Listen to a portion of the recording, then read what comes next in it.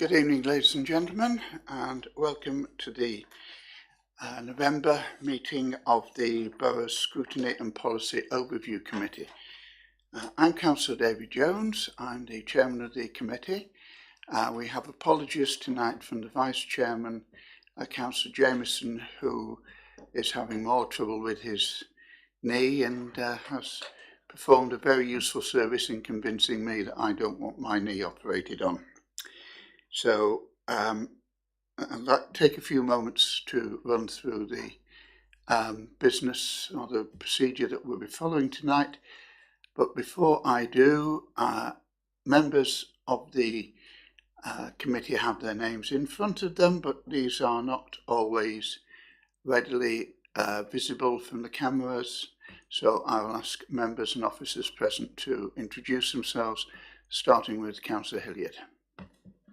Councillor Paul Hilliard, Muddyford and Friarscliff. Councillor Janet Abbott for Grange Ward. Councillor Denise Jones, Grange Ward. Lillian Broad, Trainee Democratic Services Officer. Sarah Colwick, Democratic Services Team Leader. Lee Ellis, Scrutiny Officer. Councillor Fred Neil Jumpers. Councillor Claire Bath, Muddyford and Friarscliff Ward. Just for clarification, Councillor Jones, you said that you were the chairman of this committee, but I thought you were the vice chairman. Sorry, I'm the vice chairman. I'm chairing the committee tonight in Councillor Jameson's absence. Thank you for that reminder. Councillor Wintergrace, Town Centre Ward. Thank you very much. In order to assist us this evening in the process, I must ask everyone to ensure that mobile phones are either switched off or on silent mode. We would be grateful if you remain quiet while the meeting is in progress. This meeting will be filmed by the council. It will be broadcast live on the internet and will be capable of repeated viewing. If you are seated in the chamber, it is possible that the cameras will capture your image. By your presence, you are deemed to consent to be filmed and to the use of those images and sound recordings for webcasting and or training purposes. There are no fire drills planned for this evening, so if the fire alarm does sound, I'd ask members to, and members of the public and any officers to leave the chamber through the double doors there or through the double doors there out into the foyer and then out through the entrance to which you came.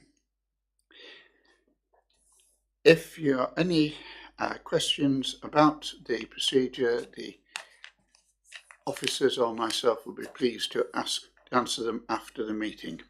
So I now move into the one other thing. Can I say on behalf of the committee that the Chief Executive, Mr. McIntosh, has now returned to duty, and it is very pleasant to see him back with us and hopefully restored to reasonable health and mobility. So we now move on to apologies for absence. Councillor Jameson, I've already said. Are there any further apologies? I haven't received any. Councillor Fox gave his apologies. Are there any declarations of interest on the matters before us this evening? I will state that I represent Dorset County Council on the Red House Museum Committee, which is on item 7. Councillor Mrs. Jones.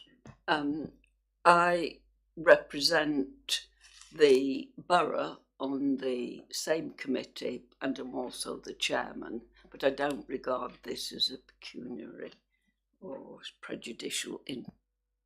Thank you. Those two were for clarity only. They were not in any way pecuniary interest. Councillor Neil. For clarity, I am the Heritage Champion, but I've had nothing to do whatsoever with anything to do with the Red House, which I'm surprised about. Thank you very much. So we now move on to the minutes of the previous meeting. There are two to confirm tonight, the 30th of August and the last regular meeting on the 11th of September. Do I see a proposal? Councillor Hilliard? That's proposed. Is there a second there? That is Councillor Neil. All those in favour? Thank you. Is it your wish that I sign these minutes as a true and correct record of proceedings? Thank you very much. One extra item which we have to insert because Councillor Jameson isn't here, to appoint a vice chairman for this meeting. From the chair, I'd like to nominate Councillor Hilliard for this. Is that seconded? Is seconded. Any further nominations? Thank you, Councillor Hilliard. And I understand you have to remain tethered to the power supply, so you won't be moving up here. Now brings us to item 4, the Community Safety Report.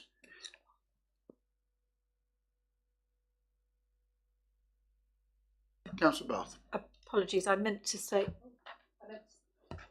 earlier that I need to leave at 8 o'clock tonight. I would hope, Councillor Bath, that we will all be leaving by 8 o'clock, but Councillor Grace? Sorry, I've already told, sorry, I can't see, Lee that I'm leaving earlier at 8 o'clock, around 8 o'clock today as well. But we should have finished the meeting by then. I would hope so. Thank you, Chair. Anything further? Okay, so we now move on to item 4, Community Safety Report, and if you come here, and it's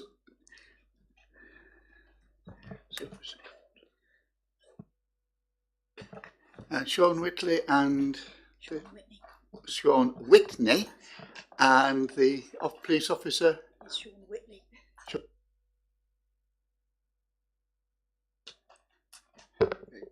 Thank you, Chairman. Good evening, members.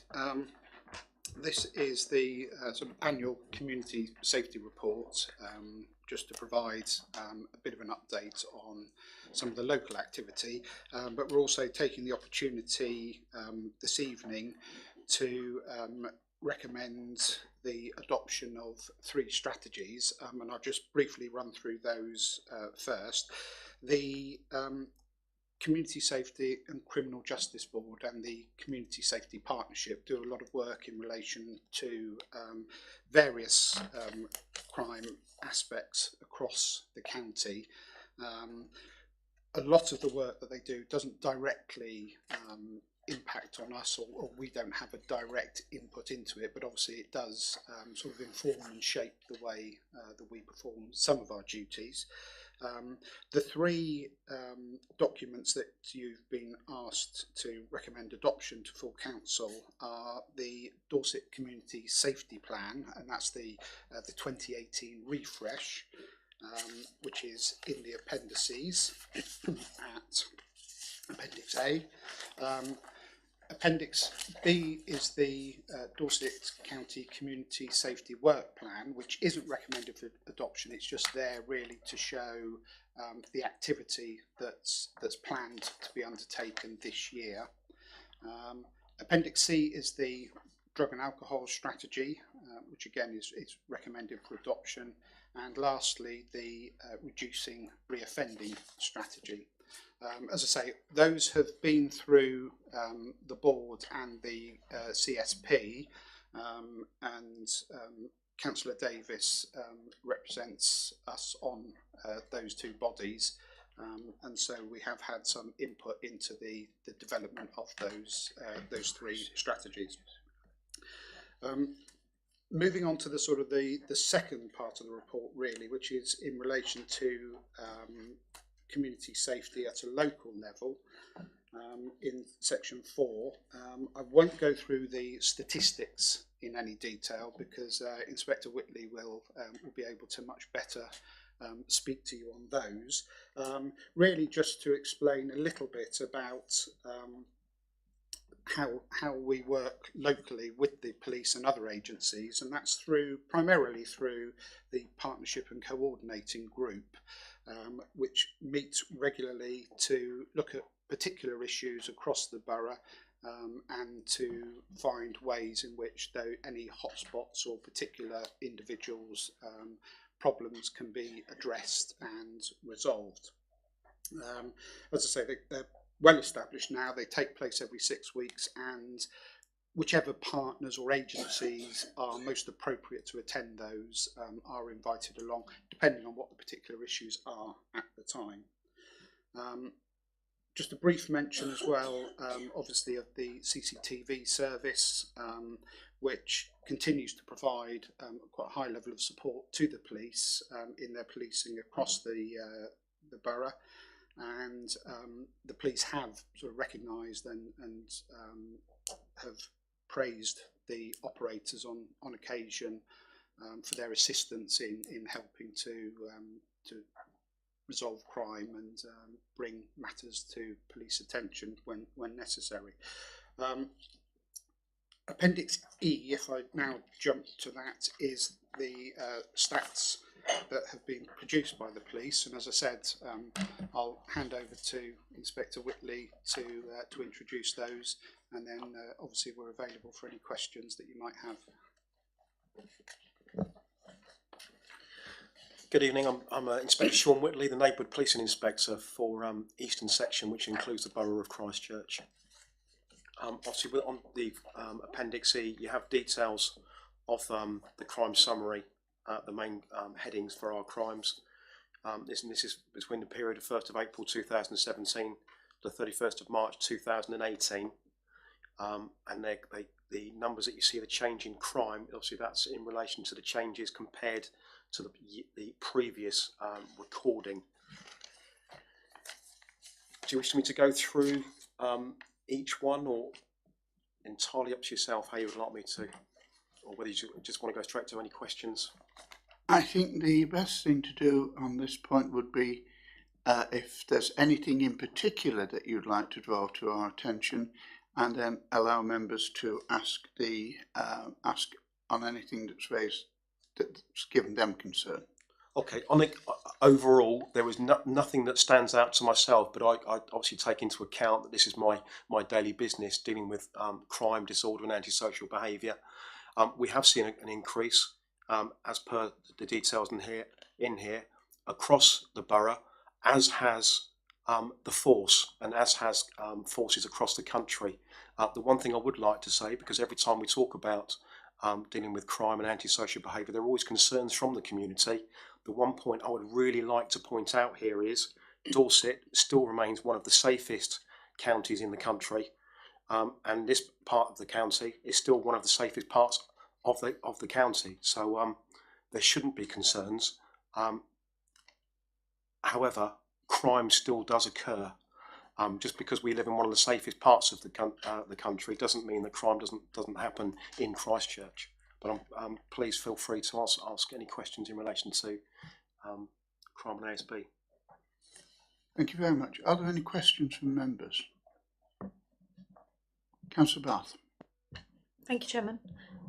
I do believe that Councillor Davis was asked to attend by the Chairman. I don't know whether he should be at the table with us, since he has been representing our council on these various.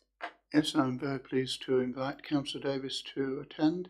As I said, I only found out in the middle of the afternoon that I was going to be chairing tonight, and since then we've had a couple of other appointments, so things have been a bit hectic. So Councillor Davis, if you'd like to come to the table, please. Well, thank you, Chairman.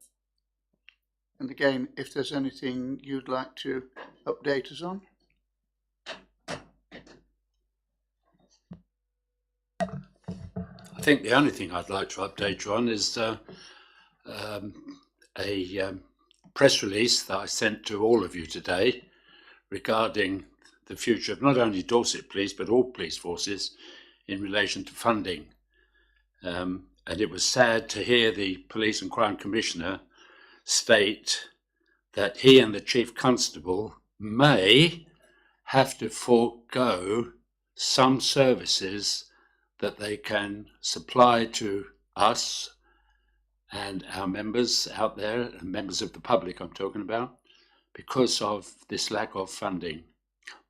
That's really the only thing I would point out to you tonight, ladies and gentlemen. Thank you. Are there any questions or comments from members? Councillor Hilliard and then Councillor Abbott. Thank you, Chairman. A couple of questions, first of all. The first one is on Councillor Davis's point, Inspector. Obviously, with Dorset not proceeding with the merger with Devon and Cornwall, what do you understand is Dorset's position now? Is it seeking another partner, or? Currently, we're still in an alliance with Devon and Cornwall. Obviously, the news that we were looking at ways of saving money, working much more closely, and seeing ways that we can continue to try and save money. I'm not sure what's in that report's gone out today, but austerity of 8 years. Overall, Dorset Police has lost approximately 500 members of staff. That's police officers and civilian police staff, and the same with all public services. Obviously, we've had to reduce our funding, and that's a bit of a challenge when about 83 or 87% of your funding is actually people. So it has been challenging. We've looked at opportunities. The merger with Devon and Cornwall was one of the options we were looking at. There is no other plans currently. Obviously, the Chief Constable and the PCC will be looking at what other options there are available. But at the moment, we still remain in an alliance across a number of our functions with Dorset Police and Devon and Cornwall. I may be able to help a bit further there, because I went to the PCP's meeting today with the Commissioner. Yes, as the Inspector said, the alliance will stay. We're committed to that, and all the officers from Dorset who are attached to the alliance will continue to work with that alliance. It's gone too far for us to pull out of the alliance. What the Police and Crime Commissioner and the Chief Constable are looking at now, they're talking to Hampshire, they're talking to Wiltshire, they're talking to Avon-on-Somerset. They're also talking to the Fire Brigade, the Dorset and Wiltshire Fire Brigade, as a first responder to road traffic accidents where people have not been seriously injured. Now, we all are aware that the Fire Brigade invariably turns up at a traffic accident in any event, especially where there's injury concerned. So there are some of the things that we are looking at the moment, or the Police and Crime Commissioner and the Chief Constable looking at. I hope that helps. Thank you both. And then a follow-up question. So we're looking at the community safety plan, and there's 5 priorities: sexual violence, domestic abuse, antisocial behaviour, hate crime, criminal exploitation. But I also saw in the report that there's a system called MORILE, which prioritises. And all I wanted to know is, for residents and myself, is that all reported crime will be full attention. Okay. If someone reports a crime, it's recorded under national crime recording processes. If a member of the public or anyone who reports a crime, it is recorded. With the reductions in staffing numbers, obviously we have to prioritise. And one thing that the force has made very clear, and all of our officers and staff are aware of, is that we will prioritise where there is threat, risk and harm. And that is the types of crime that you are mentioning: domestic abuse, child sexual exploitation, and to name just a few. They are our priority.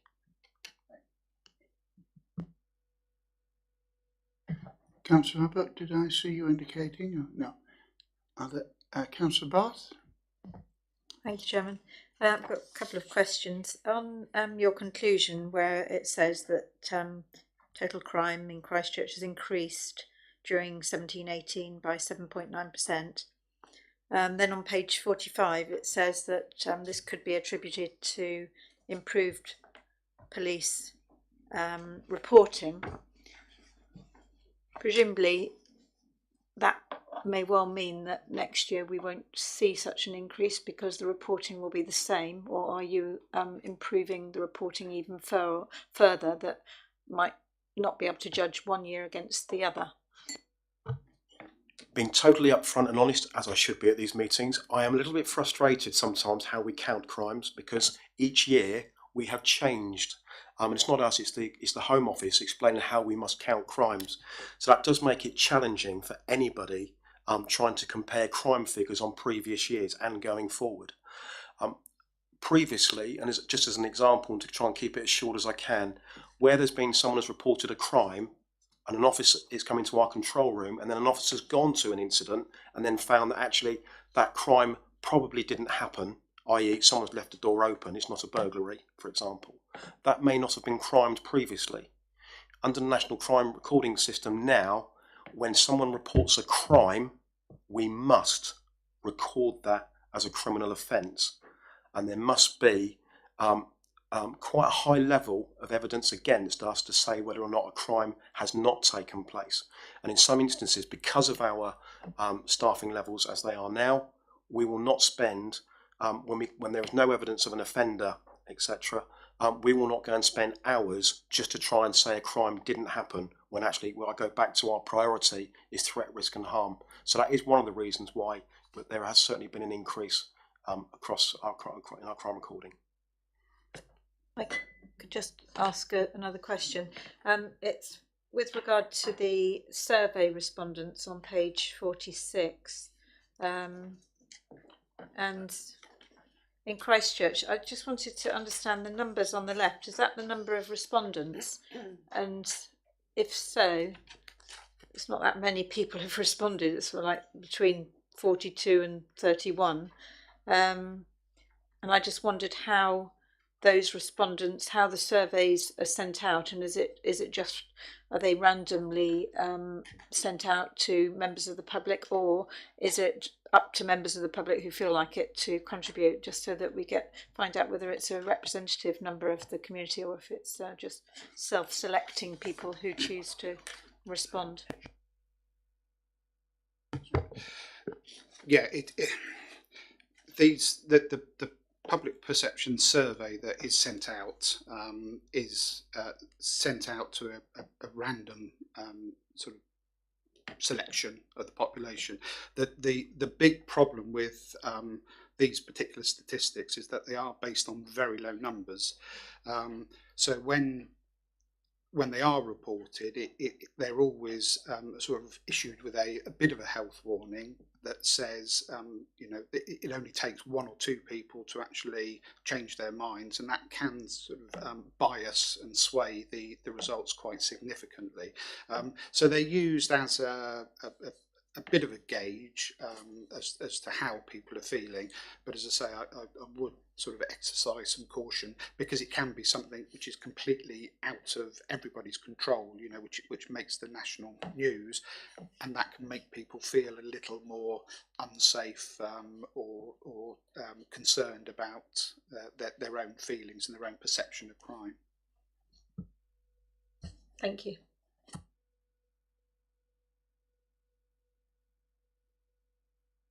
It's mainly for comment, but it's pretty obvious when you look at the charts, the east and the west seem to be more proactive on those surveys than the middle bit.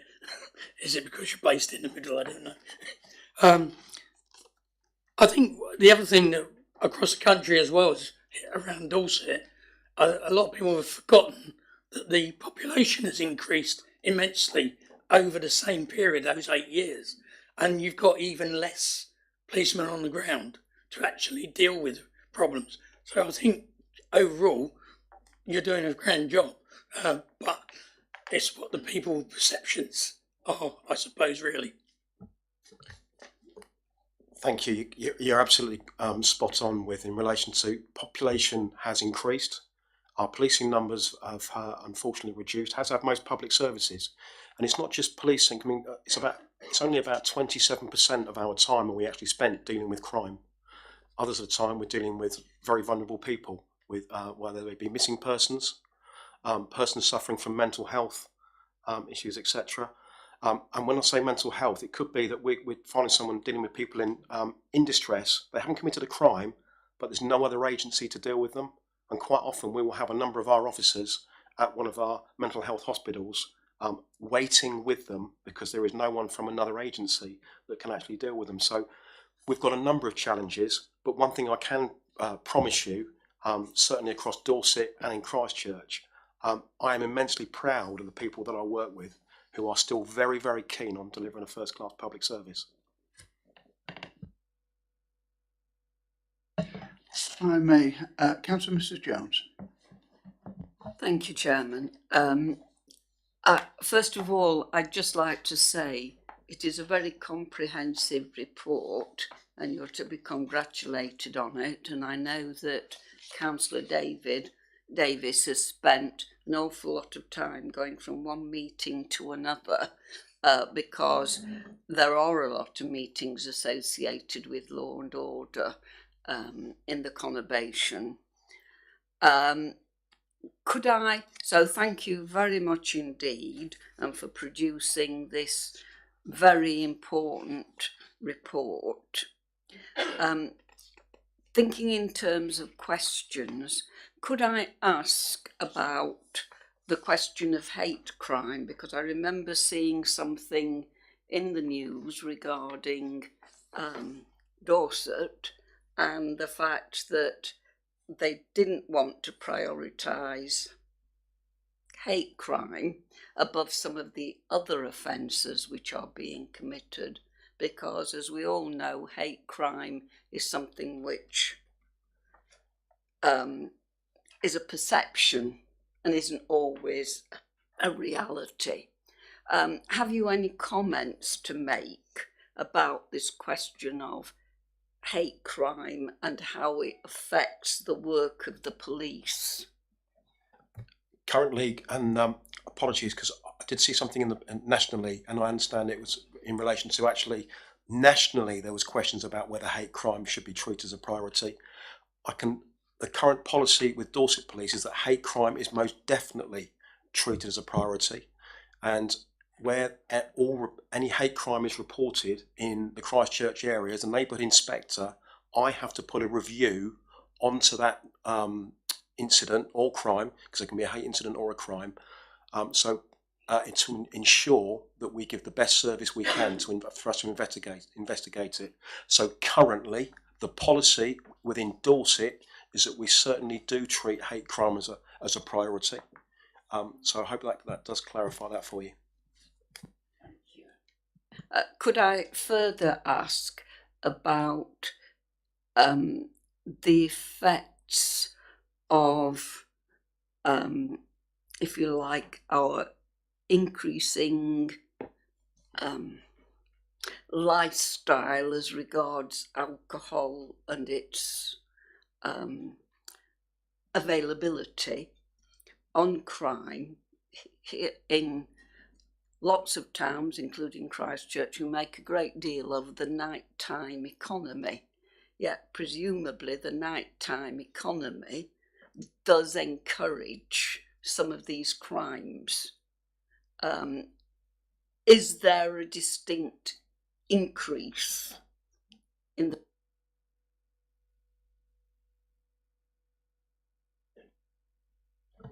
the way that the nighttime economy has changed has certainly had an effect on policing, and we've had to change the way we police. When I first joined, which was a couple of years ago now, the licensing wise, most pubs and clubs were shut by midnight, and so come 1 o'clock in the morning it was nice and quiet.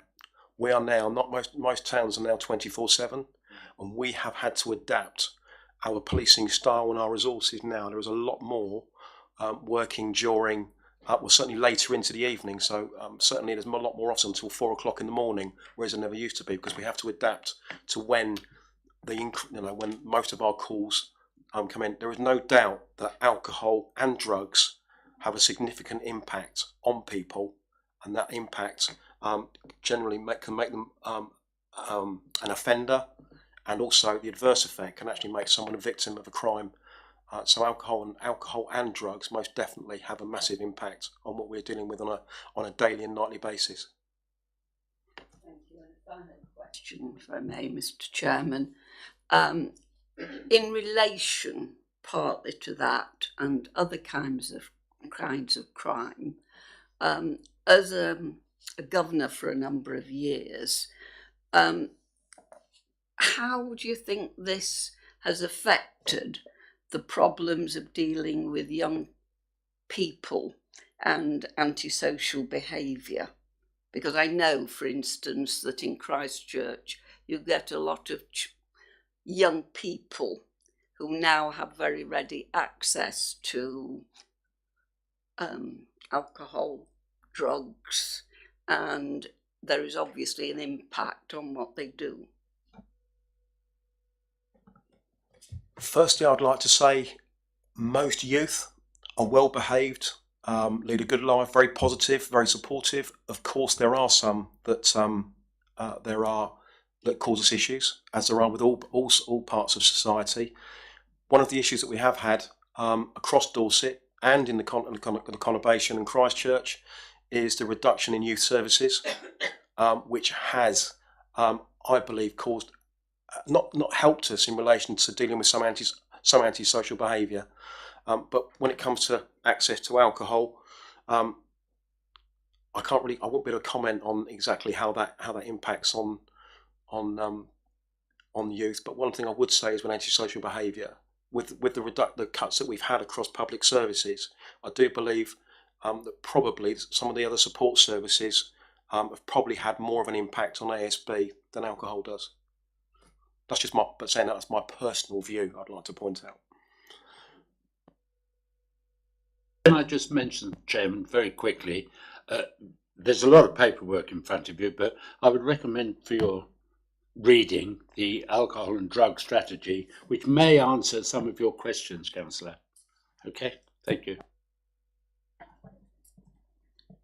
One or two questions, if I may, comments which you might like to pick up on.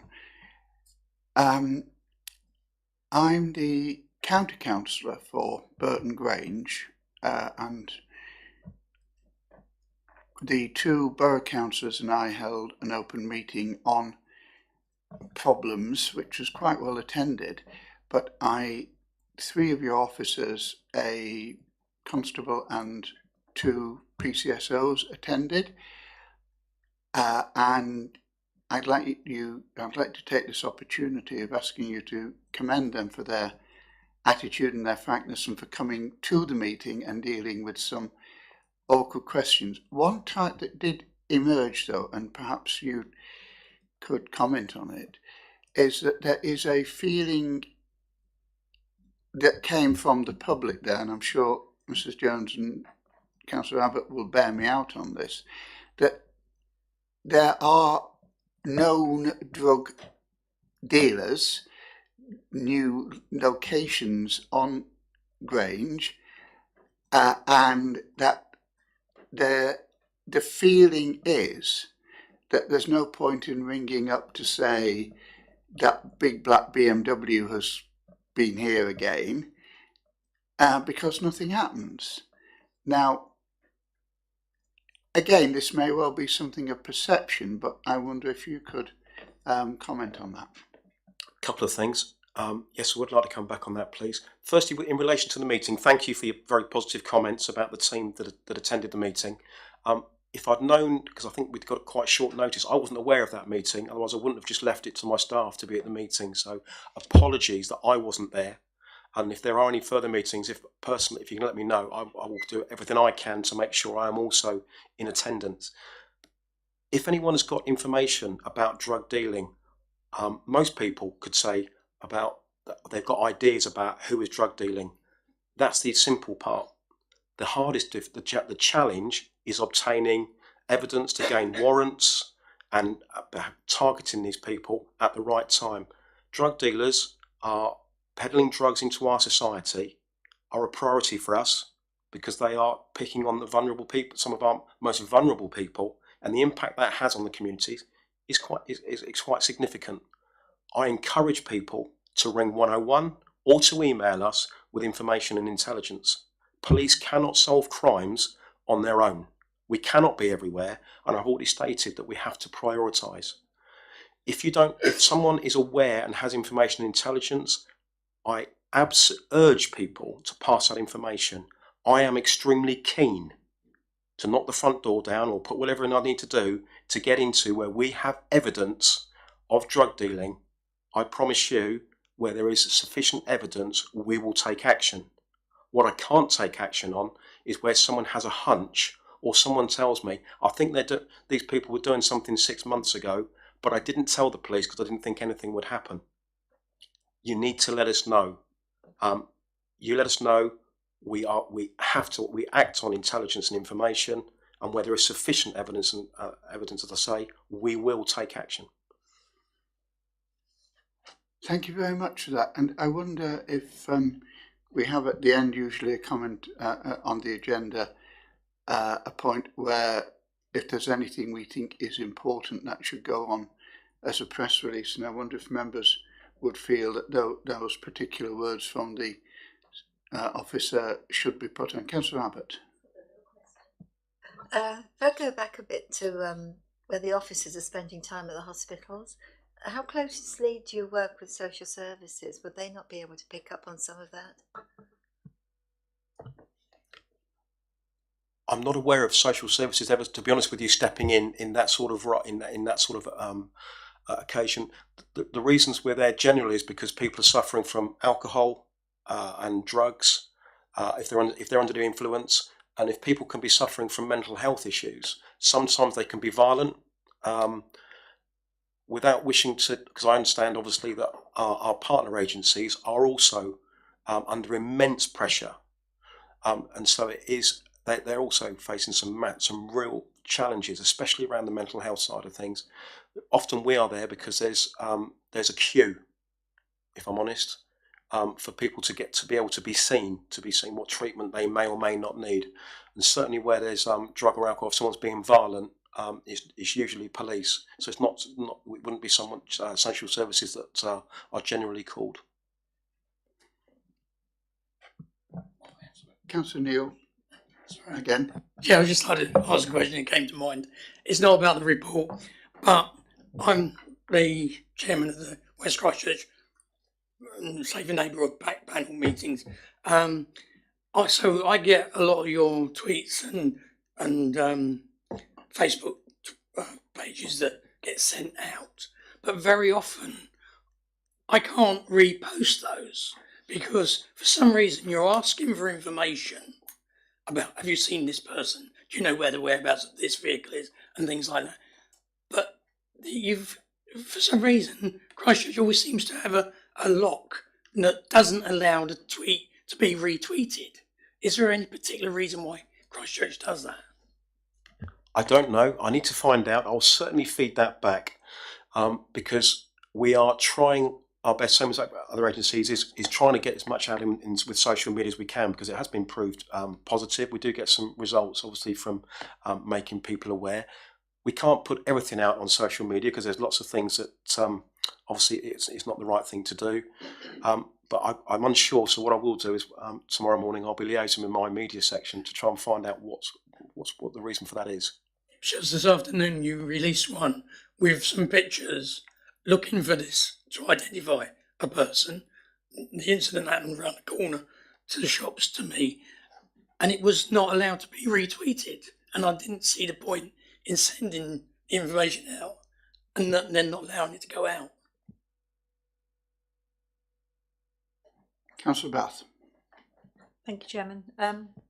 Just a general comment, really, just to thank all the officers and Councillor Davis for all their hard work, and you can tell from all of these documents how much work goes on, and despite the cuts to funding, you have still produced reports which show some really positive outcomes. If you look at the Appendix E of Christchurch statistics, robberies down, burglaries down, theft from vehicles, thefts, and drug offences are all positives.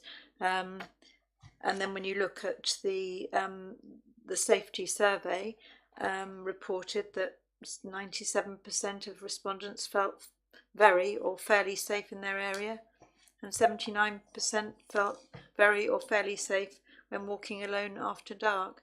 So that's picking out some positives. I know that there's obviously always work to do, but I think the fear of crime sometimes is actually disproportionate to the amount of crime that there actually is, and we're very fortunate to live in an area where your guys do a fantastic job and work with other agencies to ensure that we are all safe. So I'd like to say thank you to all of you for all the hard work that you do despite the difficulties that you have with funding. Thank you very much. If I can echo Councillor Bath's comments and possibly expand on them a little bit. Being a police officer and it is a very demanding job, and it's one of those jobs where when you go out, you're never 100% sure that you're going to come back.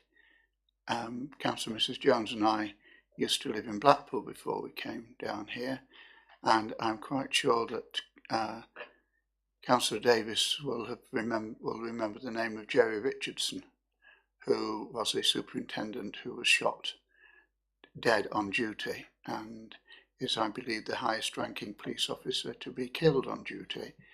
And that shows that there is no, rank is no protector. What I think a lot of people forget is that there was another officer shot that day who was actually not a police officer, but was a fire officer who was in uniform, and he ran towards the scene of the event and he was shot as well. And again, it shows that the emergency services can cooperate, and one of the encouraging points that I picked up from what was said was that there could be greater cooperation, greater working between the services, and mutual, even things like sharing radio nets and things would, I think, help. But coming back to the point, and it is a very, very valid one about austerity and funding, in my own personal opinion, there is a lot more that should have been cut before they started cutting police budgets. And I'm very pleased to see that there is today, I see a headline saying that they're looking, or they're suggesting to the Home Secretary that he should be looking at recruiting another 22,000 officers in London alone. Because if you don't recruit police officers, then and there was one point, and perhaps you comment, and I think it was in the paper, that in Britain, police officers are civilians in uniform, whereas they are part of the community. They're not a paramilitary force as they are in some countries. They're not a militia. They are a uniformed service, and that should always be remembered. So I think finally, I think this committee ought formally to thank you and all of your colleagues for the work that you do to keep us safe. And if Councillor Bath were to propose that as a motion, I'm quite sure it would be seconded. Is that seconded? Thank you. Could I make one final point, Yeah. Chairman, if I may, talking about police numbers, certainly within Dorset. I'm not sure whether any of the members here know, had the merger with Devon and Cornwall gone through, there would have been money to recruit another 100 police officers for Dorset, because they'd have unloaded one commissioner, one chief constable, several chief superintendents, saving several millions worth of pounds. Unfortunately, because of a political decision, let's leave it like that, that hasn't happened. Are there any further comments before I draw this? Councillor Hilliard?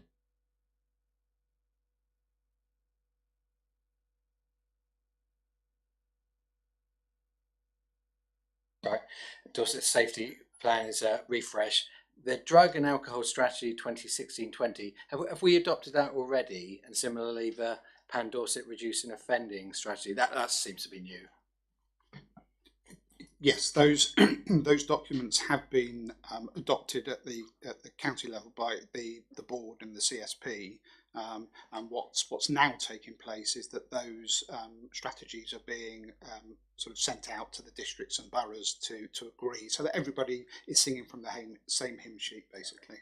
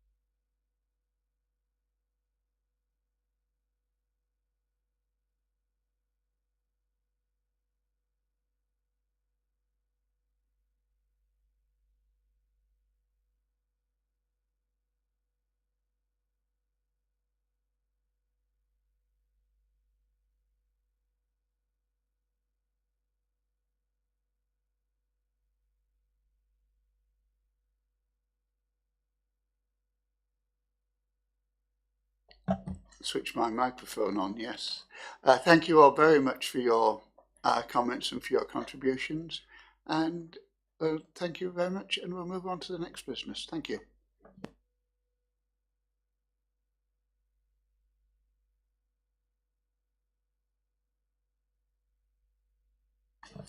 Ladies and gentlemen, there's been, Mr.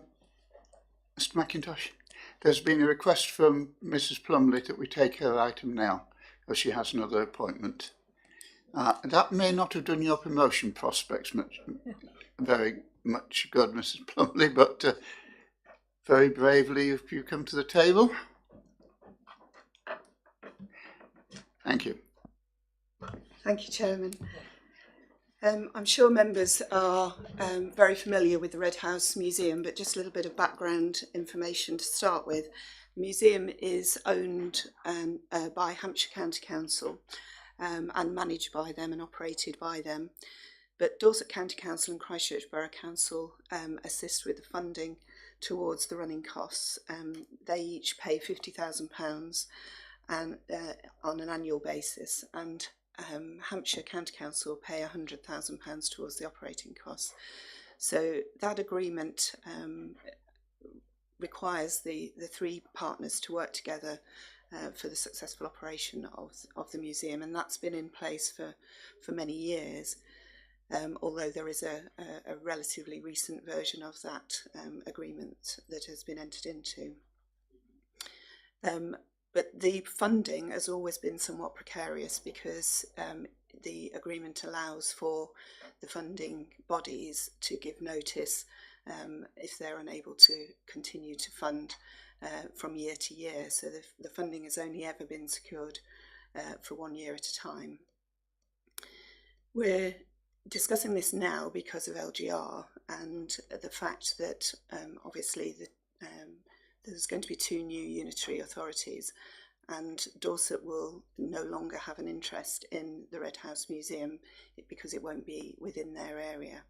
So they have had to give notice, but that said, the funding, because of disaggregation, the discussions that have been going on, the funding has been identified and is in the budget for BCP for the coming year. So there is a total of £100,000 in the budget for BCP for 1920, and that is exactly the same as at this current circumstances.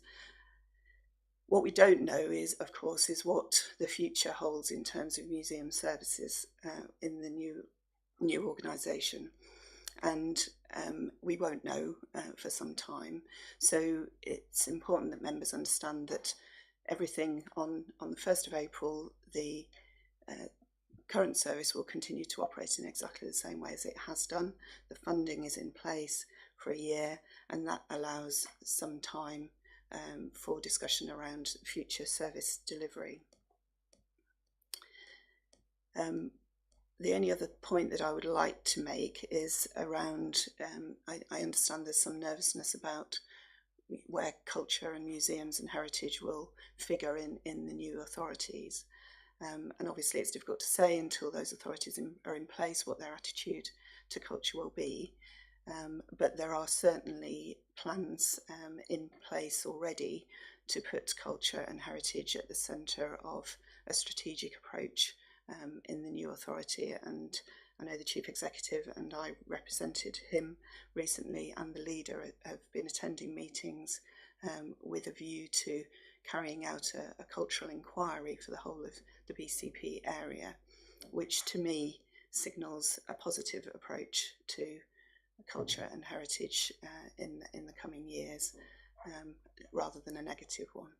So I'm happy to answer any questions, Chairman.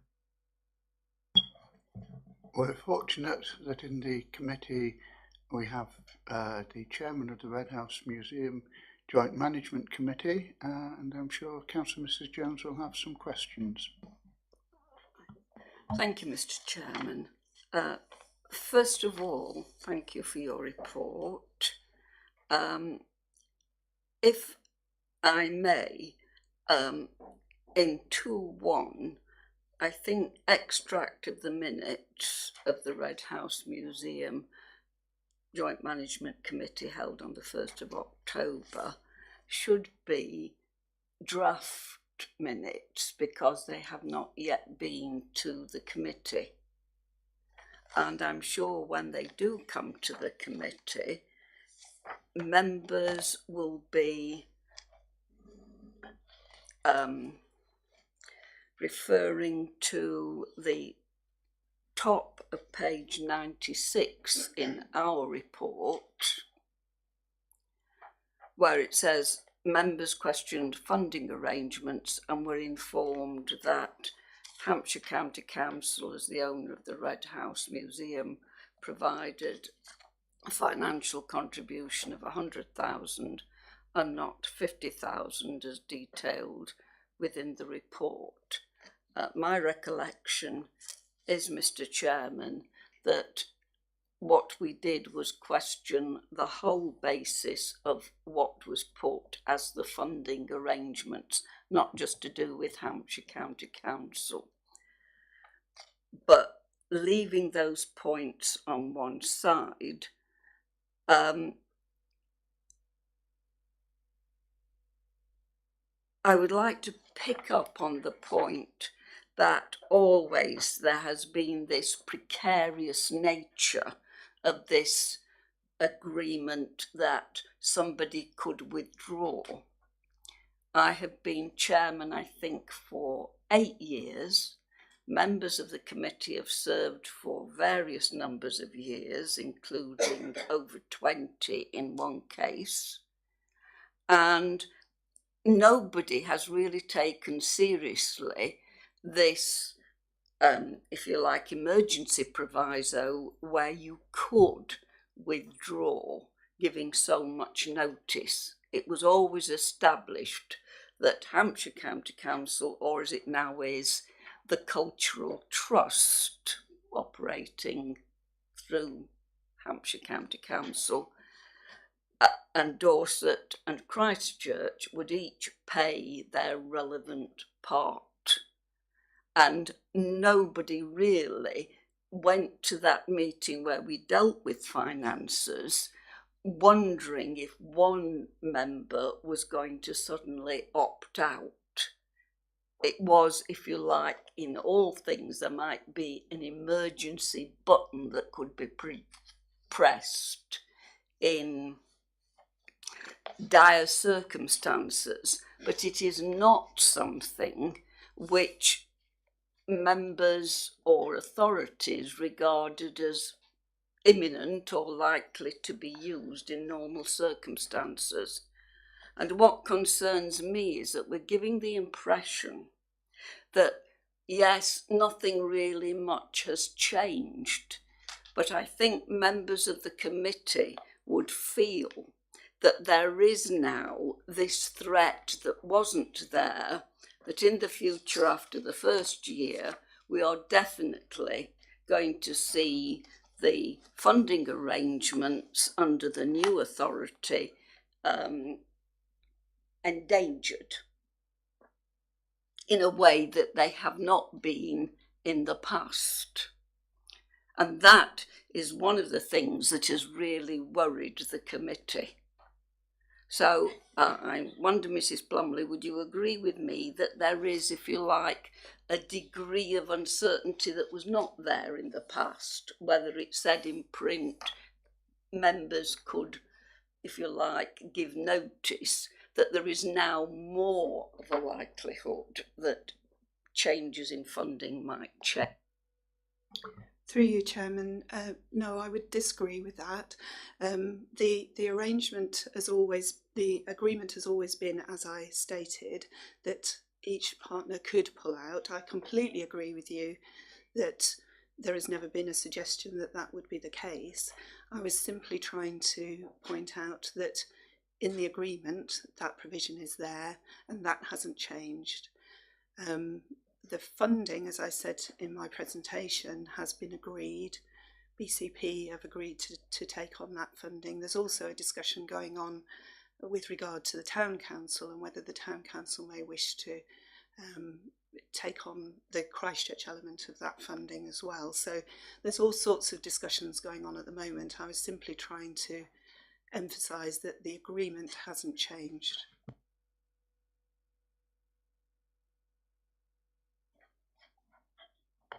Mr. Chairman, may I? Yes. Thank you very much, Mrs. Plumley.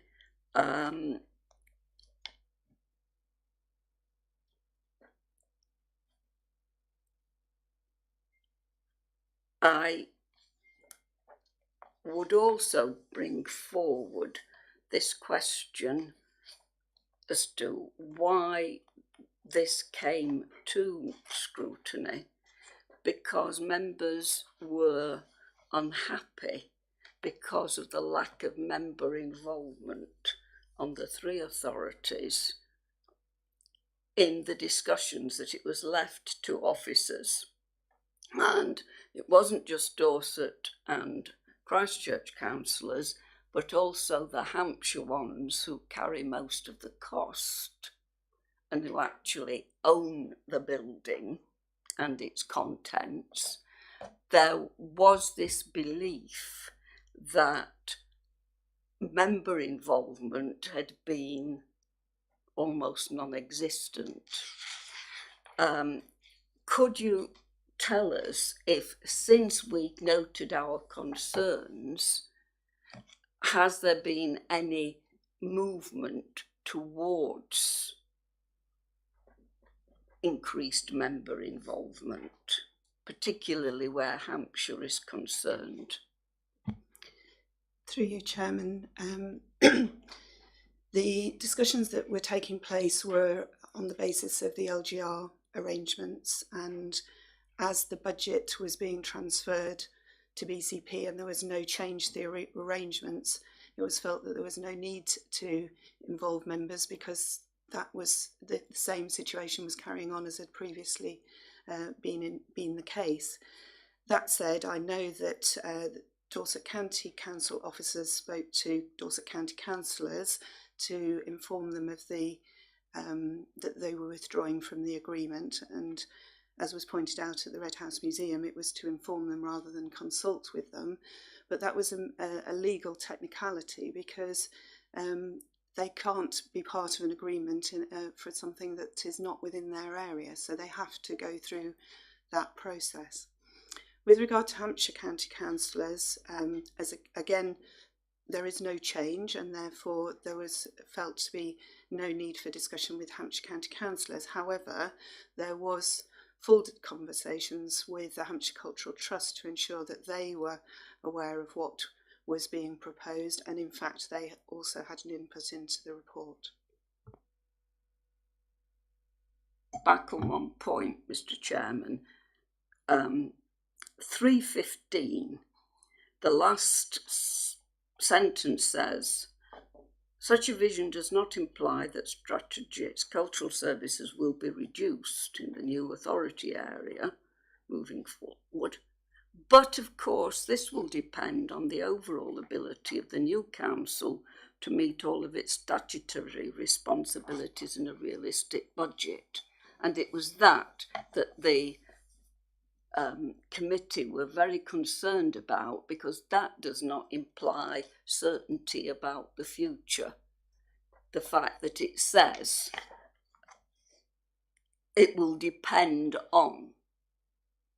And this, of course, is why members were very concerned, because the Red House Museum is our one and only museum and is very precious to the people.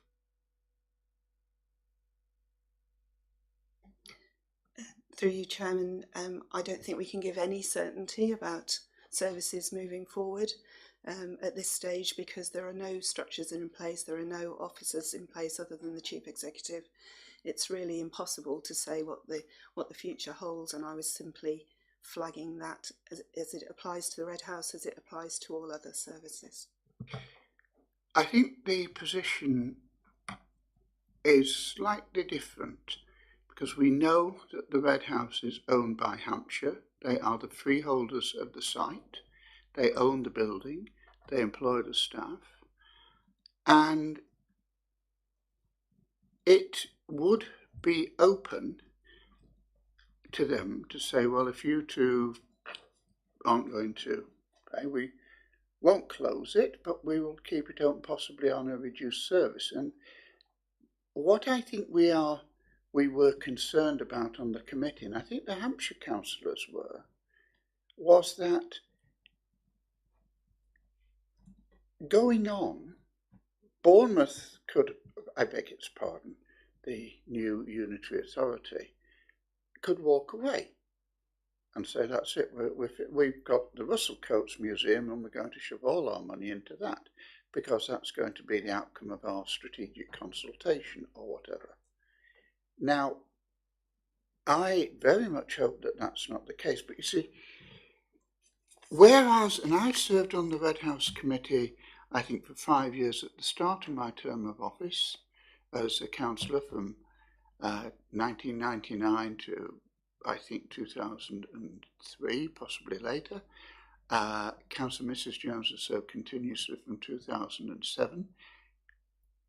We know there has never been any suggestion that anybody would have cut the budget. It's, as Councillor Mrs. Jones says, yes, there was an emergency button there that you could press, but there was never the slightest suggestion, either in the past, 6 years that I've been on from Dorset, or from the time before that as a representative from Christchurch, that there would be ever any question of that button being pushed. What we're now picking up is, well, yes, there is now a question, because if the new authority finds that it cannot set a responsible budget, despite all the advantages that have been claimed for it, it may not be able to meet its statutory commitments. Well, here's a handy £100,000 that it can save just by pushing the button.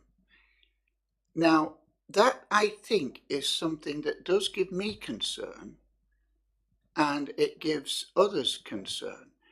Dorset had no other museums in this borough.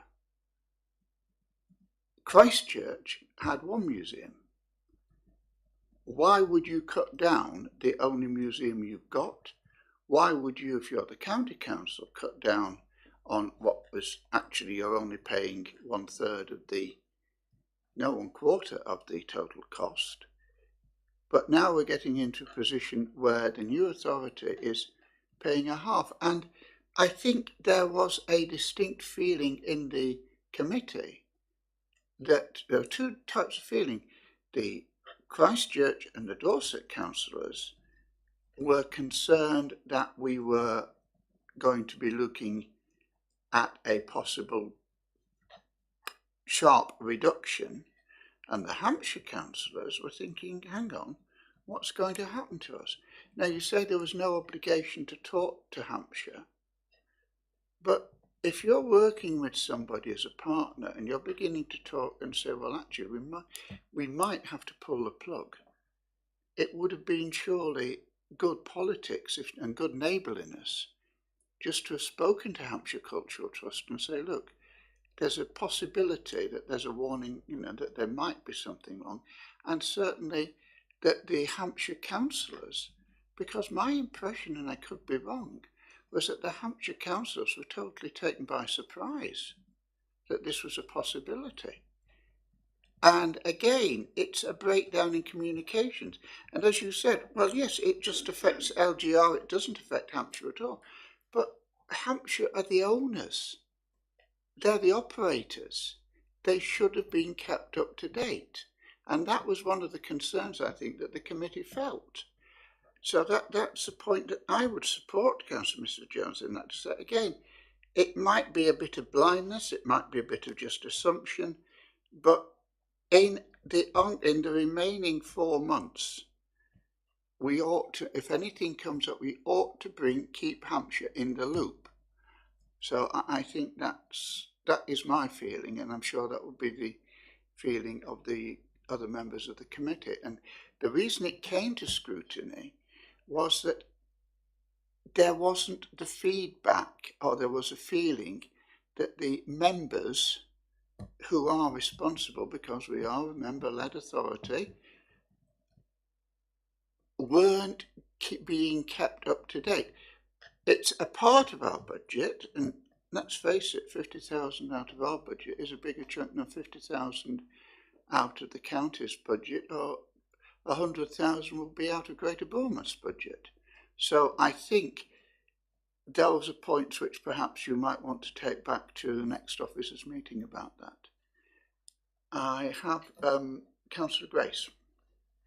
Thank you, Chairman. I just wanted to clarify something, because we're all talking about the buildings. Does Hampshire own all the gardens as well? Because Yes, we just talked about the buildings. And the whole site. Yeah. Thank you. Thank you. I obviously haven't been at the meetings at the Red House Museum, and I can understand the concerns with the changes that are going ahead, not only for the Red House but across the whole of all the services that we deliver within our area. And I can understand the concern because it will be a change to the funding. The funding will be with the new authority. But reading the report and hearing what Judith has said about the existing arrangements within Bournemouth and Poole councils, and they have a very strong cultural function, and all the information showing that they've put an expression of interest to government for funding to produce a new cultural strategy for the BCP area, shows that culture and this cultural vision is really important to them. And there was somewhere in here linking it with the economy and the drivers for the economy with the culture. So we don't know, any of us, what will happen, because until new members are elected to the new council and new officers are in position and the whole structure is in place, nobody knows what's going to happen. But I believe that, you know, the strength of feeling across the whole area at the moment is currently one which looks very positive, and I think a joined up ability across the whole conurbation with regards to the cultural strategy, I think should be seen as a very positive opportunity for the area rather than one that should be necessarily feared. So I would hope that the councillors who represent our area in the future will be pushing very strongly to retain the Red House Museum and incorporate it within the whole cultural offer across the piece, but also not only having it as quite such a sort of a silo working structure, and actually incorporating it within the rest of the culture around the whole area. Sometimes it seems to me like it's a little bit separate from everything else which is within our remit to sort of draw in together and actually look at the cultural offer across the piece. So I would see it as an opportunity to possibly look at ways to transform the service, but retaining everything that we love about it. And certainly the passion for the Red House Museum is felt by all of our residents and by all of our councillors. And I would hope that anybody who becomes a member of the new authority would be pushing to retain it. Thank you.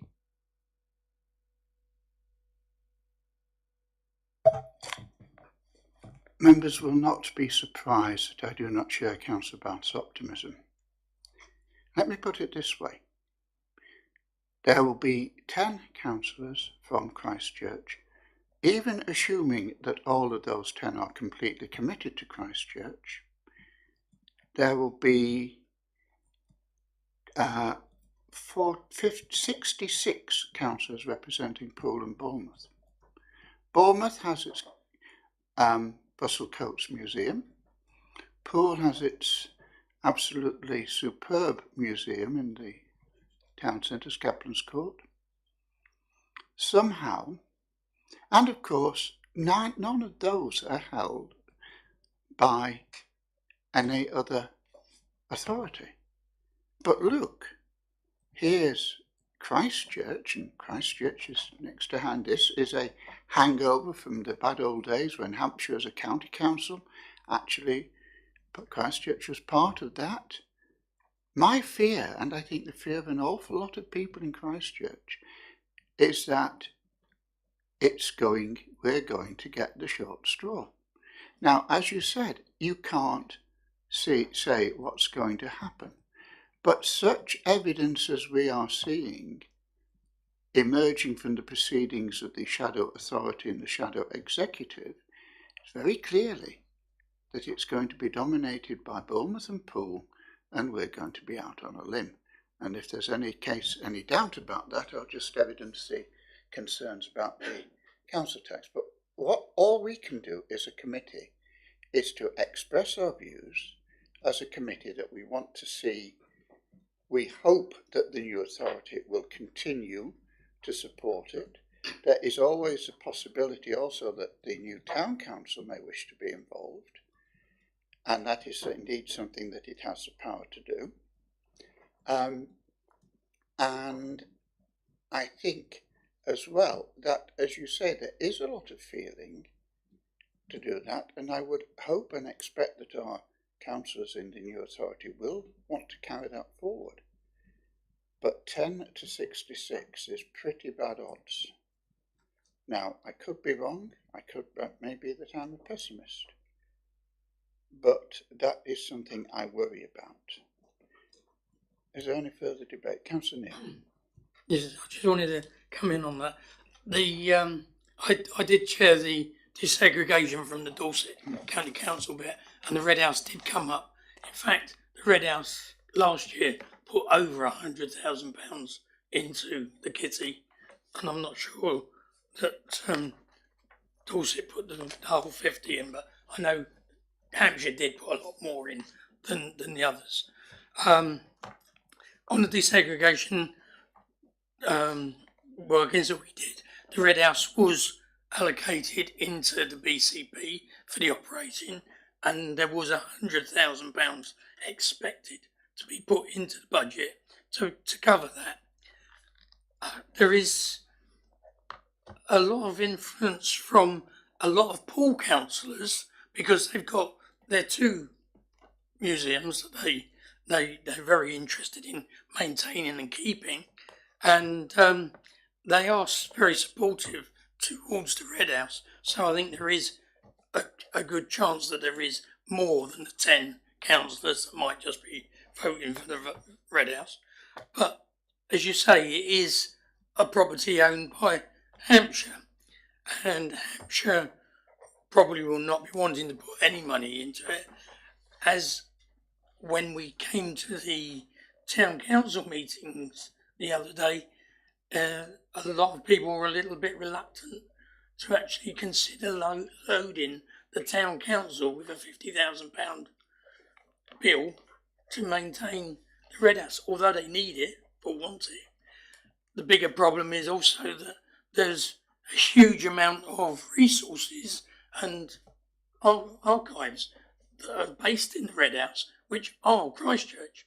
And if we lost that, that would be an unbelievable sacrilege for the loss of the history and the archives and things that are being lost. Some of them are at Winchester with Hampshire, some of them at the Red House, some are in Dorset. So they're quite well spread. So I do have concerns about the fact that it is only, the desegregation was agreed, it was only for 1 year, and it would be reviewed the following year. It is a worrying time, I think, for all, particularly on this one, because of the input from other authorities, i.e. Hampshire. So I have got concerns about it. I have got concerns about the losses that we could endure, and also the fact that I don't believe, listening to the town council the other evening discussions, that the town council can afford to take on that in the first instance. It may well consider doing it at a later date, but it won't be in a position of strength or financial situation to be able to do that, which is another concern.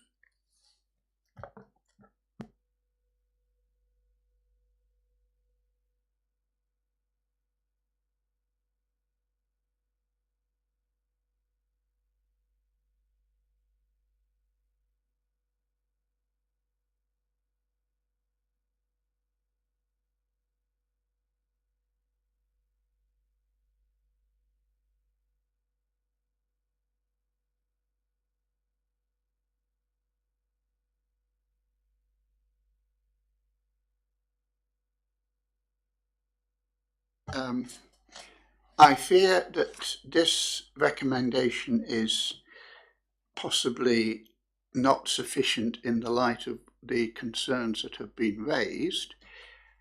I wonder if members would consider amending this, or instead of that recommendation, propose that this committee expresses its concerns over the apparent breakdown in communications over the future of the museum, urges the officers to ensure that relevant members of all constituent authorities are kept fully in touch, and 3, expresses its concerns over the future of the Red House Museum and urges all involved to work towards a guaranteed future for the museum. Would anybody be happy to propose that? Thank you. Is there a seconder? That is seconded. Is there any debate? Councillor Hilliard. Thank you, Chairman. Just on the first point about communication, obviously, yes, only yourself and Councillor Mrs. Jones were at that Hampshire meeting, steering committee, Red House steering committee. So, but looking at report, Hampshire are funding it. They're happy. The Hampshire Cultural Trust have got money in place and license in place. So I think the only communication was we were waiting for LGR to be decided. Not quite. My recollection, I'm sure Councillor Mrs. Jones will correct me if I'm wrong, was that the 2 Hampshire County Councillors there were really surprised that there was going to be any possibility of any problem in the future. They had just assumed that whatever happened, the funding would go on, as it has done since 1972, since 1974, when the present tripartite arrangement was set up. So that's what I'm putting in there, and it transpired that there was no, there had been no contact with the Hampshire, either the Hampshire officers, with the Hampshire councillors, either from the the shadow authority or the shadow officers, or indeed from their own officers, which is why this resolution was sent to each of the 3 constituent councils. Councillor Bath. Thank you, Chairman. Everyone's talking about concerns, and I'm concerned that we might set hairs running by making a proposal that sounds as though something is happening to stop the funding of the Red House Museum when it isn't. The funding is in place through disaggregation, as Councillor Neil has said, for the following year. The funding arrangement could have been withdrawn by Hampshire or by ourselves or by Dorset in the current arrangements. So there's no change to anything. And I think by making a proposal like this in the public domain and putting it out there is basically saying, oh, the Red House is threatened, when it's not threatened. The whole of the services that we are offering our residents are up for a change because of the structure of the organisation that will be delivering them. But there's no proposal on the table for changing any funding. And if there were, then the disaggregation process and the funding for the 100,000 that has been agreed to be disaggregated and put in the new budget would have been looked at to decide, oh, actually, we don't want to do that. So I feel that we will raise concerns amongst our residents when we don't need to, because yes, I agree that perhaps I wasn't at the meeting, that the communication wasn't at its best. However, because of the process that has gone through to bring this report to scrutiny and the very thorough airing that it has been given here, to now propose some wording to say that it's under threat or that you're protecting it when there's no threat suggested at all, and we don't know what the new structure is going to be. We don't even know who the new councillors are going to be. I think is going to raise concerns amongst our residents unnecessarily. And I think at a time of change, we should not be doing that. We should be trying to actually reassure people that from day one, the residents will not notice any change. And that is certainly the parameters by which the new BCP Shadow Authority is working towards. So to scaremonger people into thinking that there's a threat to something when there isn't, and there's no proposal for it to be changed, it could have been changed anyway under the current situation. Hampshire could give 6 months' notice tomorrow that they're going to pull out of funding for it. So nothing, to my mind, has changed. So I don't think that we should. I can't support your new wording, because I think we're raising fears when we don't need to be raising fears amongst our residents. Councillor Neil. I did say that the 100,000 had been allocated up for this year, but that still remains the fact that Christchurch won't exist as a borough, and Christchurch puts 50-odd thousand pounds in with the other bit. So I am concerned that the BCP are taking over the Hampshire input, but there's still a shortfall of the 50-odd thousand. Where's that coming from? So, Councillor Mr. Jones, do you want to come in? What I would say, Mr. Chairman, is that yes, we are assured that it is secure for 1 year.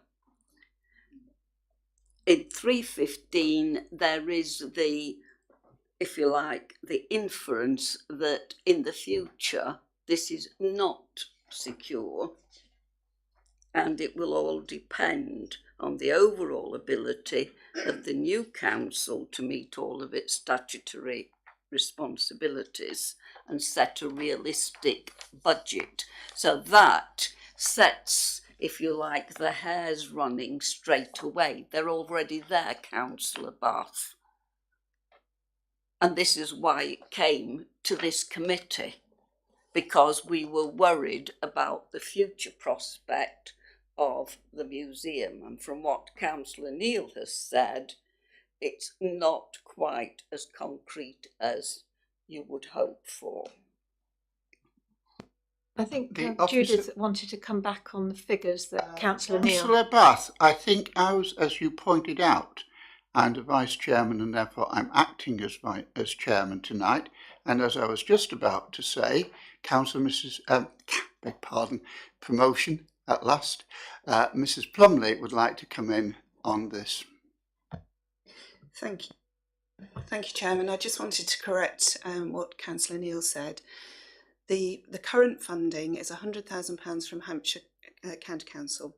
That is agreed, and that will continue. There's no doubt about that, as things stand this year, and has always been for 1 year only. The other two contributions are £50,000 from Dorset and £50,000 from Christchurch. Both of those sums have been included in the BCP budget for 1920. So the Christchurch amount, the 50,000, and the Dorset amount has been disaggregated and is included in the budget for 1920. So there is no question about that at the moment, and the Christchurch element is covered within the new budget. We shall be moving to the vote, and I shall vote on this, and I'll give the committee some indication of my reasons. We've heard that from day one, 1st of April, that the aim of the new authority will be that there will be no noticeable change. I'll agree with that. That is indeed what, when I was part of the desegregation for the county services, we set out right at the beginning. What bothers me is not day one, it's day 367, because it's for 1 year only. To say that there is nothing in the report that causes concern Expression of interest to government for funding towards a production of a new cultural strategy for the whole of the Greater Bournemouth area.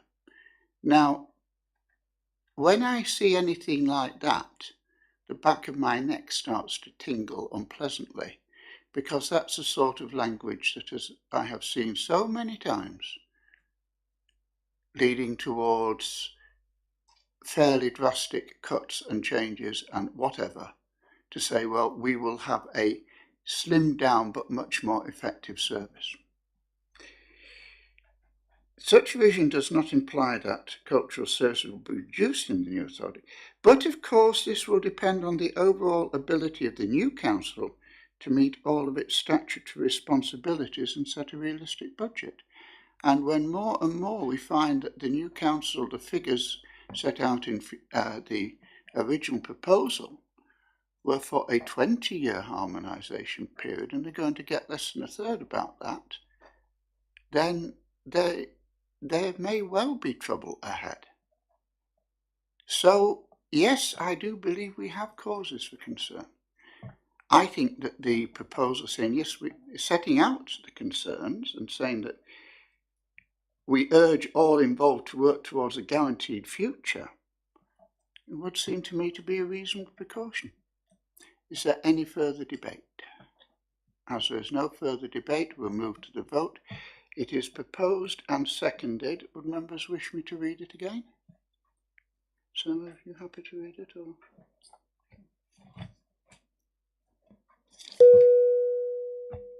This committee expresses its concern over the apparent breakdown in communication. 2. Urges the officers to ensure that relevant members are kept in touch. And 3. Expresses its concerns over the future of the Red House and urges all involved to work towards a guaranteed future. All those in favour, and I shall vote. 4. 4. Against? 3. 3. That is carried. Thank you, ladies and gentlemen. So we now move on to the Mr. McIntosh. I'm sorry to keep you waiting.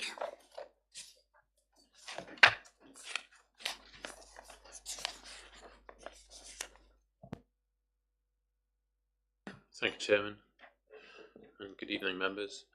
The report in front of you gives you an update on the disaggregation work of the Christchurch and East Dorset Partnership in respect of the implementation of the 2 new unitary councils.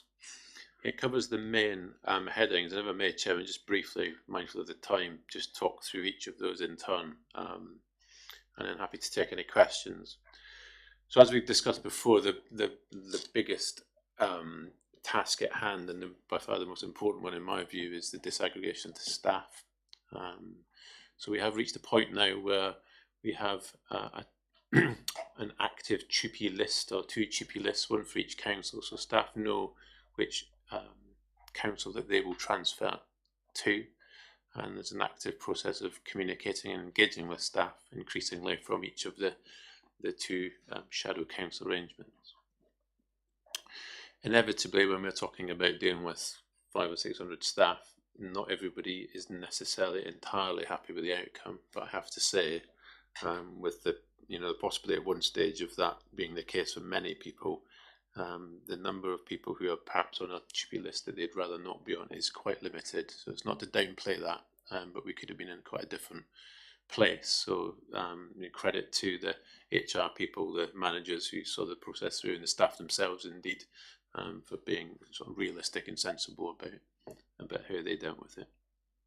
So that's by far the largest part of the work. The TUPE lists are obviously live because people will still come and go.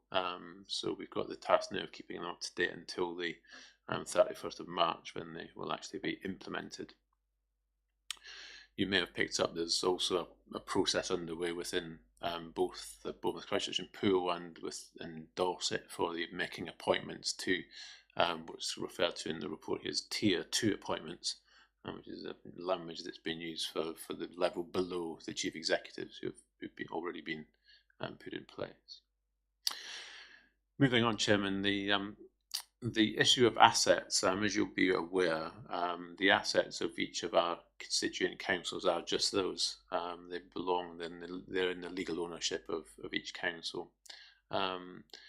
That includes, if that applies to everything, they're either owned by one or other. There's nothing that's owned jointly, but you'll appreciate on a practical operational level, there are some bits of kit, machinery, vans, etc. that are used by both. So there is a bit of work to do. It's not hugely complicated, and in relative terms, the values are quite low. But there is a bit of sorting out to do to decide which van goes to which council, to put it in those terms. The second largest element of disaggregation has emerged as being this data disaggregation. So the data that's held in our single IT systems obviously belongs to each of the councils, whether it's housing data or planning data or anything else. And clearly you understand that on day one we need to have disaggregated that data so that those staff, for example, who will be working on behalf of Bournemouth, Christchurch and Poole can't see or access the data that now belongs to the Dorset Council and vice versa. Otherwise we'll fall foul of the Information Commissioner. So that work is in hand. It's currently on schedule, but it is quite a significant task to pull apart that data in such a way that it's secure and that it's not accessible by anyone who shouldn't be able to access it. Finance is similar to assets. That you understand again that the financial accounting arrangements of each council mean that their budgets are entirely separate. Their reserves and their revenues are separate and always have been. So it's a fairly straightforward task. Clearly, the both sets of accounts will have to be closed down, and those responsibilities will fall to the new council. New councils, because obviously that will happen after the end of the financial year when they've been created. But that aside, the financial assets of Christchurch Borough Council will transfer, as we understand, to Bournemouth, Christchurch, Poole. It's a brief word about members. You'll understand that you're members of the Shadow Authority, that your responsibilities continue for your current council until the 31st of March. At which point there's that interesting period when members then assume a responsibility until the May the 2nd elections for what is still a shadow council technically, but actually a shadow council which has a responsibility of an organisation that actually then exists rather than one that's sort of a virtual state at the moment. Apologies in the report, Chairman, there's a bit of duplication on a couple of paragraphs. Just a small important technical point under the legal section that because of the fact that the councils have been dissolved by statute, that neither can make a claim against one another for any sort of breach. I'd hate to think we'd end up in that position anyway, but just so it's clear that because they'll no longer exist, no claim can be made. Reference there to the creation of town and parish councils in the unparished area of Christchurch Borough, and there were briefings last week which I know most of you were at in terms of how that work's going, and it's progressing well. So Chairman, I think that's it. I know it's a bit of a canter through. I'm happy to take any questions, but hopefully that covers the main points. The work is ongoing, and at the moment, in terms of risk assessment terms, we're on track for dealing with each of these elements in turn. Obviously, if anything of that changes, we'll escalate it, but for the time being, all's well. Thank you very much, Mr. McIntosh. One point I would just ask about staff, and you touched on this. When I was in the situation at a school that was being closed on the 30th of August in 1 year, and the new school would be created on the 1st of September. A vacancy arose in I think 2 or 3 vacancies arose in the academic year, but they were only filled on a 1 year, they were filled on a contract to the end of the school year, so that there was no assumption that the teacher in post would be automatically employed into the new school. Is there anything similar in this situation where if there's a vacancy that arises, is it filled on a temporary basis, or are you still employing on a permanent contract, which would then carry over through the TUPE process? It's going to be a combination of the two, really. And this is not easy. You appreciate that if you include the schools-based staff in the Dorset County, there's about 14,000 staff in scope here. And, you know, the turnover is normally about, say, 10%. That's a lot of people that were going to go between now and the 31st of March.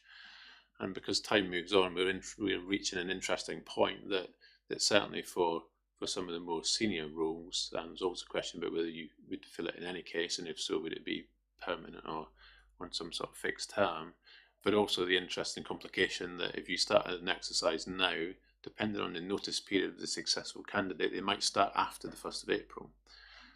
So they might not, they might be immediately available. So they might be employed by one of the constituent councils, or they might be employed by the new council, and you don't know that until you get to that point in the process. So this is an ongoing issue that we're dealing with.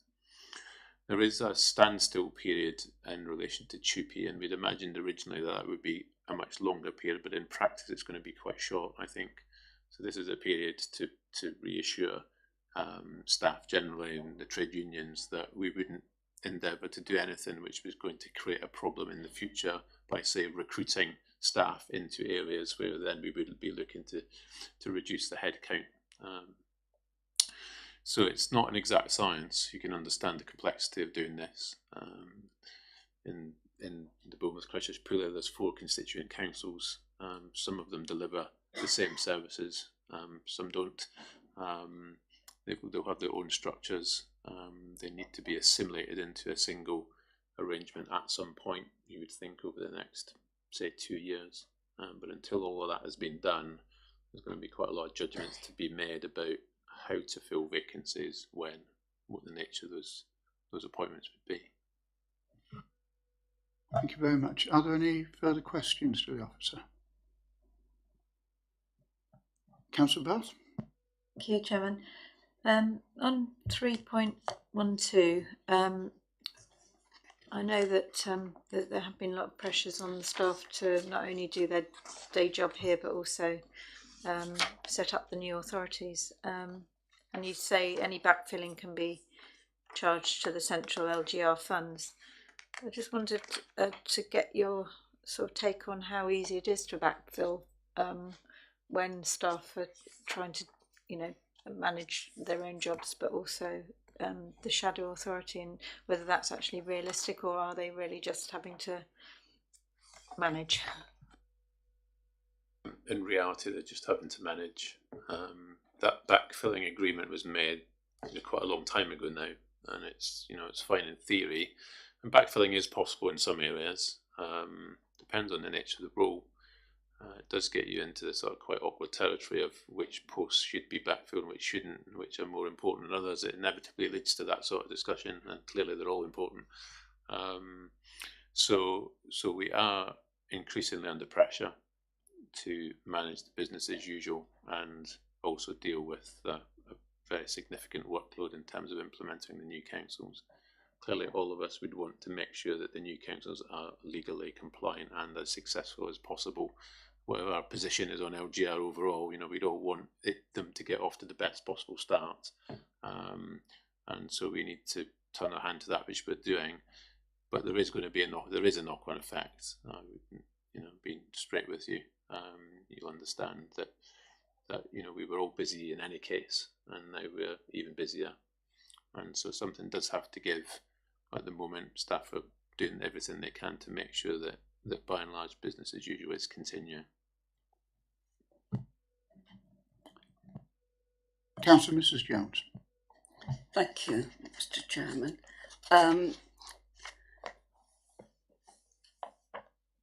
It's a tremendous piece of work that you're doing, Mr. McIntosh, you and your staff, and you're to be congratulated. Could I just ask, as a matter of interest, are we the only authority, as I can't think of any others, where when we've had local government reorganisation, where you're dealing not with a transfer to one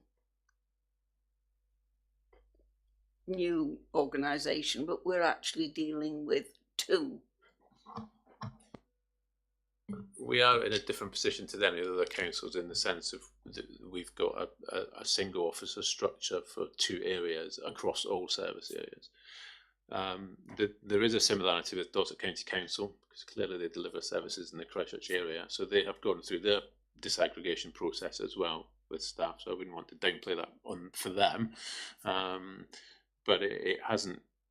I don't. It's been quite a long and arduous process, but I don't think it's been quite as complex and as sensitive as the process that we've gone through, because we have so many staff who genuinely work 50% of the time for Christchurch Borough and 50% of the time for East Dorset. Whereas in the Dorset County Council example, I think it was much clearer. Either you were engaged in Christchurch area activity or you're not. Or not sufficiently, and therefore you don't transfer. Are there any further questions? In which case, is there any debate? Councillor Mrs Jones. Wondered, Mr Chairman, as it says it's recommended the update is noted, could we add something that expresses our appreciation for the way our officers are dealing with the increased work pressure and our good wishes for their future, because this has been something that has weighed very heavily with us, and we realise that we're not just dealing with facts and figures, but we're actually dealing with people, their homes, their futures.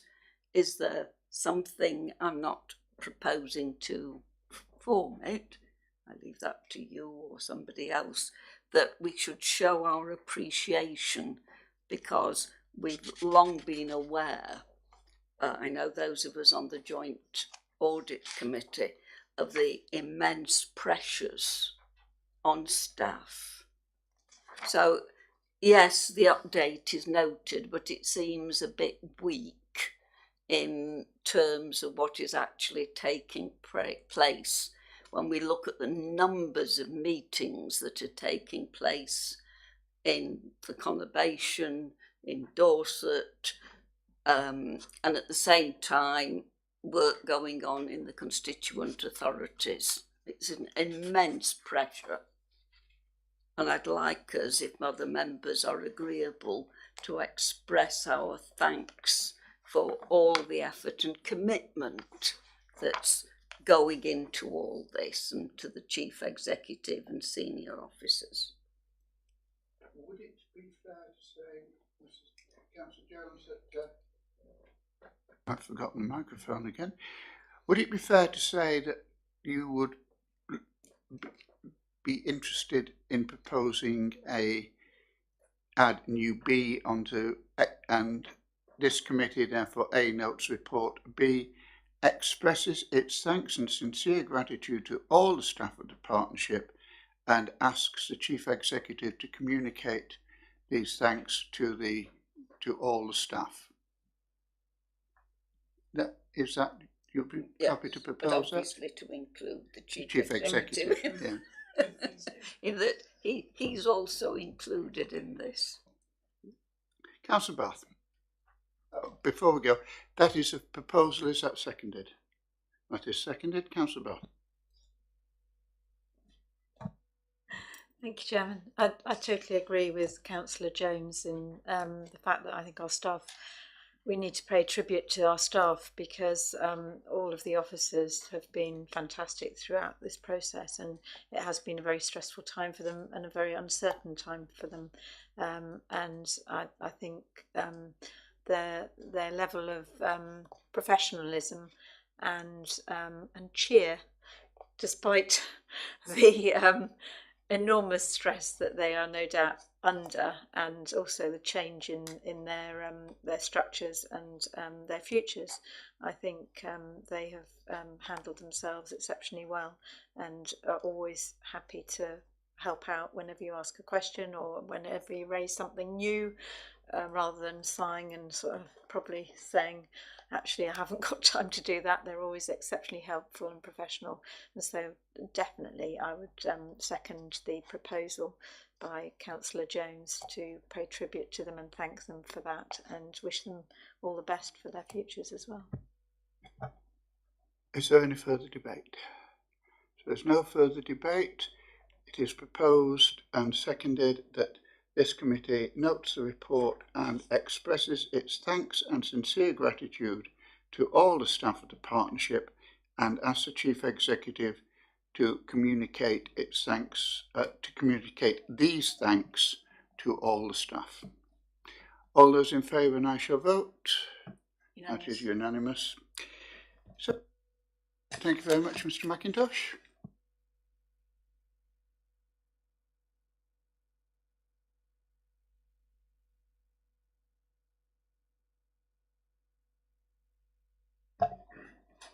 Thank you, Chairman. Hopefully it's very straightforward. It is I think it's the shortest report I've ever written, actually. Seriously. The council expressed some concern a while ago about the impact of the redundancy of the then head of property and engineering services, and the knock-on effect of the scheme of delegation. And I did my best to reassure everyone at the time that I was satisfied it was all going to be okay, and I'm pleased to report it is all okay. Hence the brief nature of the report, but I'm happy to take any questions. Are there any questions?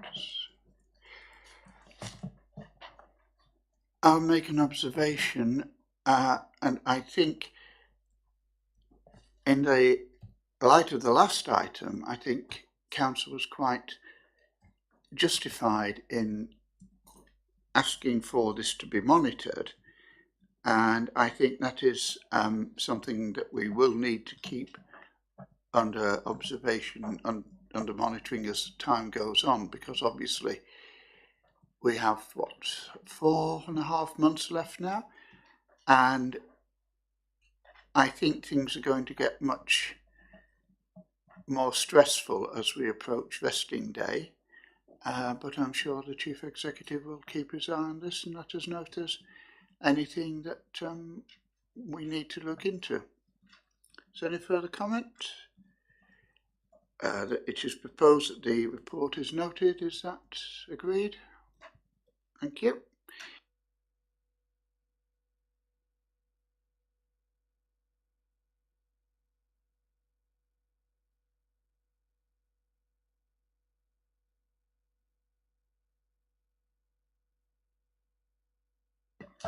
We now move on to item 8, Annual Report of the Scrutiny and Policy Overview Committee. And Miss Ellis. As has been expressed just now, this is the annual report that we have in front of us from Scrutiny. Not much else to add, except that it gives a good overview of what Scrutiny's worked on in the past year. If members are happy with this report, it will then be put onto Dorset for you, and we'll also do some tweets on it for further distribution and communication. So happy to answer any questions that members may have. You will, of course, be correcting the mugshots on page 105. No, it's the last. Thank you. Any comments or questions? Thank the officers. Yep. The officer for putting this together. With the chairman, of course, I'm sure. But the officers put an awful lot of work into this, and it's nice to see it in colour this year. I think we have to say that it's been a very hectic year, and until I don't think the business is going to drastically ease, simply because we said that we would keep an eye on what goes on in the Shadow Authority, because Christchurch, I think, in my experience, is that Christchurch is an inconvenient appendage, but that may not be what others feel. While we're on this point, I'm going to jump ahead slightly. Councillor Neil, you wanted to say something about the scrutiny, the shadow scrutiny. Yes, I was only a little bit concerned about the way that the whole committee formed that there was 2 seats that were supposed to go to Christchurch, and when the elections were held at the PCP group meeting, they actually appointed an extra person from Paul, and so Paul have got 6 representatives. We have 4, and Bournemouth have 6. So I just thought there was a little bit. It was always agreed there was going to be 5 from each, making the 15. I'm not going to say a word about that, and certainly I wouldn't dream of saying I told you so. Probably the best thing I can do is run this past the people who are actually at the meeting and get an explanation for why what happened, and then circulate it to members. I think most of us here were at the Shadow Authority meeting. On a point of information, and I'm stating what I believe to be fact, I'm not making an opinion, Councillor Flagg had been asked to nominate 2 members from the Conservative group who were not members of the Shadow Authorities Conservative group to the Shadow Authorities Scrutiny, and he had been told that the voting on this would be restricted to those members who were not affiliated to any particular group. When it came to the vote, nominations were opened to any member of the authority who was not a member of one of the existing groups, and voting was done by the authority as a whole. And unfortunately, Councillor Hilliard lost out to the gentleman, I think from Bournemouth, not from Poole. I believe he's a Bournemouth councillor. Sorry? No, I believe he's a Bournemouth councillor who resigned from the Bournemouth Conservative group in protest against the actions of the leadership of that group. So, and that is why I think the composition is as it is. Anyway, that I think is a matter for questioning at the Shadow Authority meeting, which is on the 19th of December, just in time for Christmas. Anything further, Ms. Ellis? Thank you. And the last, the work programme.